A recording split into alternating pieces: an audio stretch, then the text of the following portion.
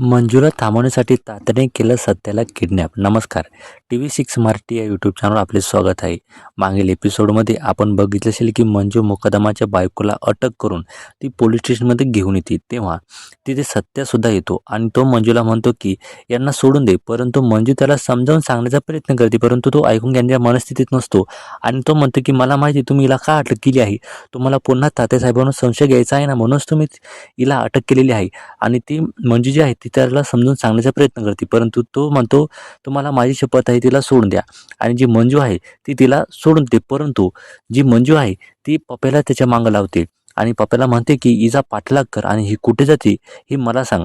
आता मालिकेचा जो धमाकेदार प्रोमो आहे हा नुकताच प्रदर्शित झाला आहे, ज्यामध्ये आपल्याला दिसते की जो पप्या आहे तो पप्या आता मुकादमाच्या बायकोच्या मागे जातो, तिचा पाठलाग करतो आणि त्यानंतर जी मुकादमाची बायको आहे ही मुकादमाच्या पत्त्यावर जाते. तेव्हा जो पप्या आहे हा पप्या मंजूला लगेच फोन करून सांगतो की मंजूताई, ही जी मुकादमाची बायको आहे ही मुकादमाची बायको मुकादमाला भेटण्यासाठी इथे आलेली आहे आणि तू लवकरात लवकर इथे येण्याचा प्रयत्न कर. तेव्हा जी मंजू आहे ती मंजू क्षणाचाही विलंब न करता लगेच पप्याने सांगितलेल्या पत्त्यावर जाते आणि तिथे मुकादमाला गाठते आणि मुकादमाला विचारते, सांग तू तुला किडनॅप जे आहे हे कोणी केलेली होती, ह्या सगळ्या मागे कोण आहे, हा याच्या मागचा मास्टर प्लॅन कोणाचा आहे, असं जी मुकादमाला विचारते मंजू.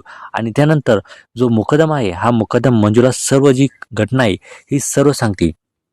जो मुकदमा आहे तो मंजूला सांगतो की मला किडनॅप हे तात्यासाहेबांनी केलेलं होतं आणि तात्यासाहेबाचा याच्या मागे प्लॅन होता की यार मला किडनॅप करून मला मारून याचा सगळा जो आरोप आहे हा आरोप सत्तेवर आणायचा आणि सत्तेला राजकारणातून दूर करायचं, त्याला कायमचं जेलमध्ये बसायचं, असा त्यांचा प्लॅन होता.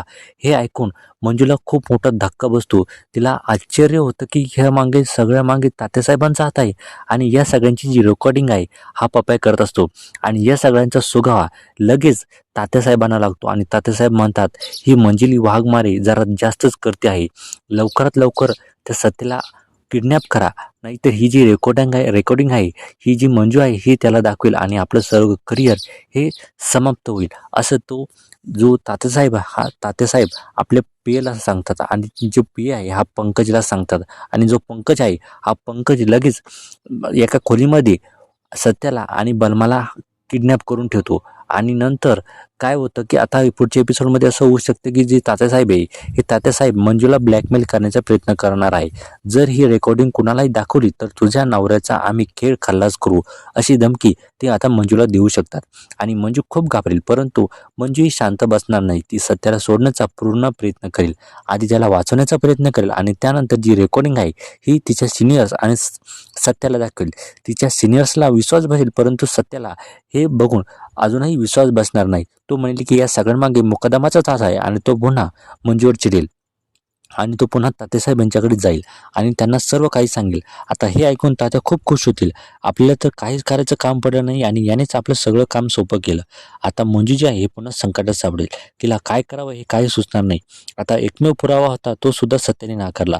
आता आणखीन पुरावा कुठून आणू आणि जेणेकरून सत्याला माझ्यावर विश्वास असेल, असा तिला आता प्रश्न पडेल. या सगळ्या स्टोरीवर तुम्हाला काय वाटतं, तुमच्या प्रोमोवर काय प्रतिक्रिया आहेत त्या आम्हाला नक्की कळवा आणि आपल्या चॅनलवर जर नवीन असाल तर सबस्क्राईब करा. धन्यवाद.